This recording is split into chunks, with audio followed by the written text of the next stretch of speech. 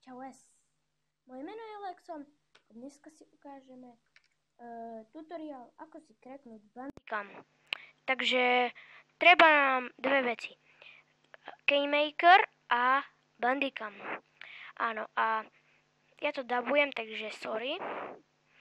Video má, koľko má video? To mi teraz nepíše, sorry. No, takže treba vám, ja sa v tom tak nevyznám v tom videu. OK, takže pôjdeme,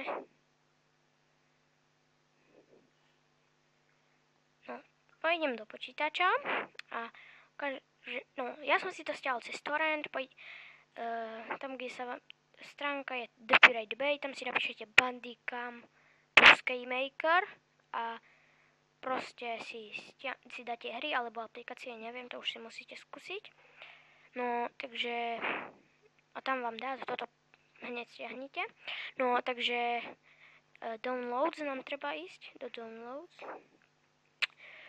No, sorry, že vypadáva mikrofón. No, ja idem cez moje dokumenty. Takže idem do download. A tu mám Bandicam a tam by malo byť pár vecí. Je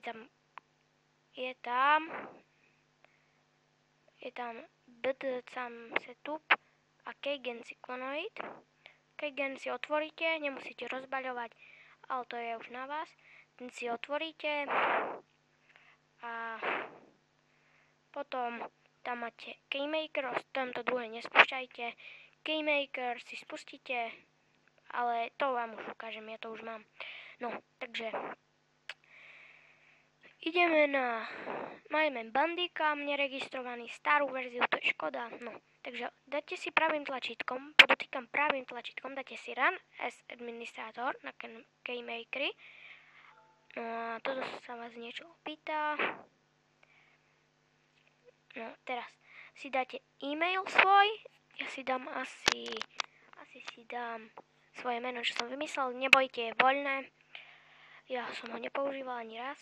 utex.ll, lenže, píšem utex.ll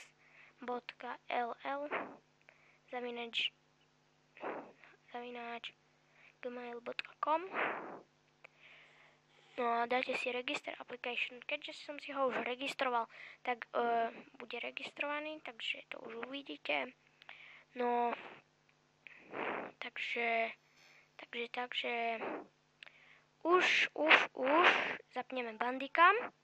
Sa vás to opýta niečo. No, takže sa vám zapne Bandicam. Počkať. Nechcem tak predbiehať.